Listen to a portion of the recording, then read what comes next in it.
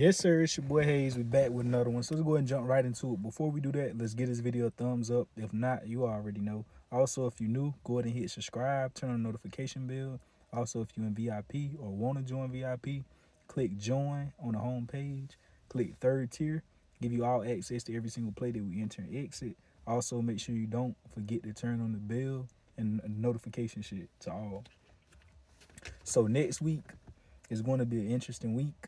The market was all over the place last week. Mixed, very mixed market. April has been an amazing month. I'm talking about the whole entire month was green except for 2 days. But the last 2 days of April, I should have just sat on the sidelines.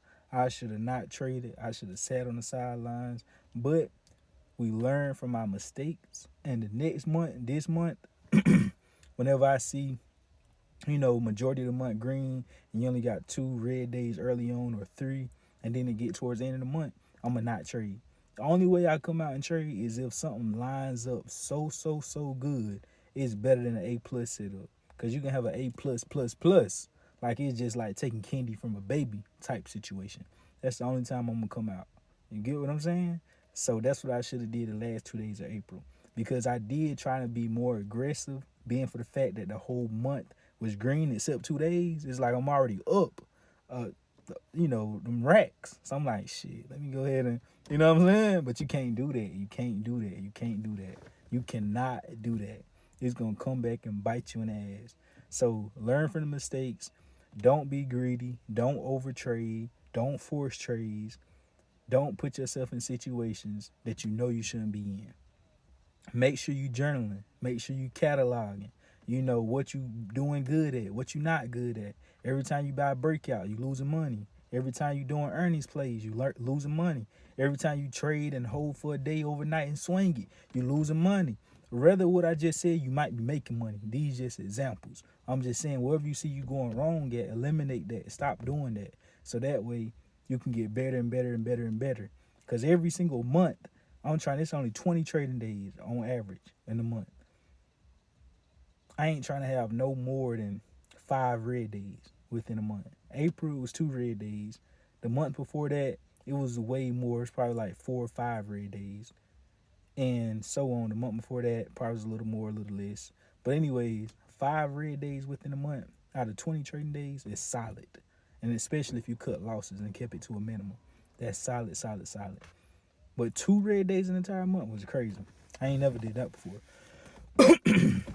But anyways, going into next week though, it's a lot of companies that report earnings. Like I said, I probably don't really mess with earnings like that no more. As far as like the day of, I'm gonna trade it the day after earnings. You get what I'm saying? The day after earnings. So usually the way I do the day after earnings is, if it's an earnings winner and I already see where the expectations for that stock to go. Say if it's Tesla, and I see Tesla has the potential to go to $300, and say if it's sitting at 230, and then earnings, it have good earnings, and then run up to say it run up to 250, they go up $20 from what it was at 230. I still see it got a $50 gap that it could run up, so I play it to the upside. But say if Tesla's at 220 and it gap all the way up to 300, the next day shoot up $60, I wouldn't play it. You know what I'm saying? It already done kind of reached this peak in my head. So that means if I do play it, I'm not playing it for earnings winner and buy calls like I should. I'm going to play it to the downside. I think it should pull back some. Because it's, the psychology of the market, this, that, and the third, a lot goes into play. It already fulfilled its goal, even though it's going to continue to go up. Long term, maybe. I'm talking about a day-to-day price action. So if it already fulfilled that huge gap within a day, I'm looking for it to pull back a little bit before it continue to go even higher, if that makes sense. So it's all about, reading the room correctly whenever you do it like that. But anyways, playing the day after earnings is way safer than playing before. I don't care what nobody say. Because playing before, the company can report amazing earnings. I'm talking about the best they did since they opened doors. And the damn company tank and go to the damn bottom. The niggas can report the worst earnings in history, and they skyrocket, go higher than ever before. So it's like, you know what I'm saying? You got gambling playing earnings. No lie, it's 50-50. But if I play after earnings, I can control what I lose. I can put in, say amount, And if it's not going in my desired direction, I can cut losses. You can't do that when you played the day before. It's over with. Your ass either lost everything or you made a lot of money. The only way you play earnings the day before is if me personally, I made $5,000, $10,000 on a week, 3,000, 4,000, and then I use 10% of that or 5% of that to risk on a risky YOLO play. You know what I'm saying? Other than that, putting a couple racks, a few thousand, all your earnings for that week into an earnings play or whatever, it don't make sense to me. So if you can make it make sense, make it make sense. But if it don't make sense, it don't make fucking sense. But anyways, going to next week, we got a lot of companies reporting earnings like Carvana, we got a Super Microcomputer, we got Him and Hers, we got Palantir, we got a lot of companies reporting earnings. It's definitely got me rubbing my fingers like, good God, it's someone. I'm like, yeah, this got to run up. It got to. It's been down and out for a minute. So we're gonna see. But if I have a great Monday, you know what I'm saying? I don't mind doing it. It gotta make sense. I gotta be up already on the week and risking a small portion of what I already earned. That's all that is. You feel me? But earnings is definitely gambling. It ain't no strategy in it. You can have a little strategy as far as like, little tweaks and stuff. I ain't got to get into all that, but it's just a very minimum. But anyways, I just want you guys to be careful, be safe, be meticulous, have a journal, know where you're getting in, know where you're getting out, know these things, write them down, have it right there in front of you while you're trading, and don't be in a rush. This is a marathon, not a sprint. It ain't gonna happen overnight. It's one trade after one trade after one trade after one trade. People that make millions of dollars in this shit, they not just hitting it big on one trade. Maybe once they already up M's, one trade could be life changing to somebody that don't have the money like they have. So somebody that got millions in trading, they might make 50,000 a day or 100,000 a day. That ain't really life changing them no more because they already got millions. But to you, as a regular person, it would be life changing. Make sense?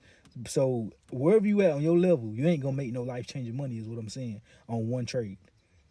You kind of can though. Let me be 100% clear on my words, but it ain't gonna. I ain't want you to be confused because say if you did, somebody with a small account made 10, 20,000 in one trade, it's not yours to keep until you understand on how you made that money. That's why I tell people at the beginning all the time, how much can I just start? How much you think I can make by the week? Nothing. Think about losing money. That's what you gonna make. I keep it real. I keep it real. I keep it raw with everybody.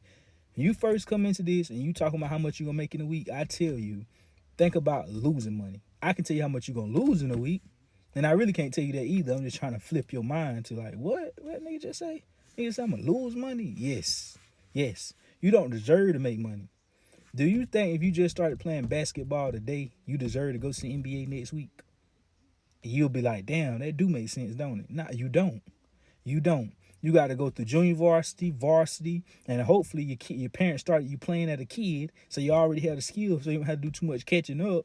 Junior varsity, varsity. If you're good enough in varsity in high school, you go to college. If you're good enough in college, if you ain't ass, you'll go to the league. Same thing with NFL, same thing with MLB. You think you can just start practicing doctor shit, and then you're a doctor tomorrow, working on somebody's brain. No, it don't happen like that. You go to school for 8 years. First, you go to regular school for 12 years. Then, if you're smart enough in regular school to be even accepted into a college, to even be able to go on to chase your dreams, you go to doctor, not doctor, damn, you get the hell I'm saying. You go to college and then go to all that medical school and shit like that. I ain't no doctor, don't know the terms and everything you need to know, but you get what I'm saying. You go and do that shit for 8 years, and then you'll become a doctor. Same thing with lawyers. You got to put in the time and the effort and learn the skills and the knowledge behind whatever you doing before you actually deserve the outcome.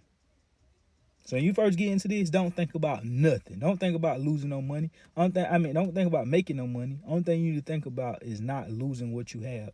And you're going to lose some of it. So you need to think about having small losses and managing the money that you already got.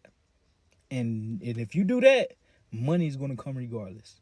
So if you get lucky at the beginning to make a lot of money, you either better quit right then and put that money into something outside of the market in real life to produce you income, or pause, study a lot, size down, and aim small, miss small, while you continue to build your knowledge account before you try to build that monetary account. So that's what you need to focus on. So you already know what to do, man.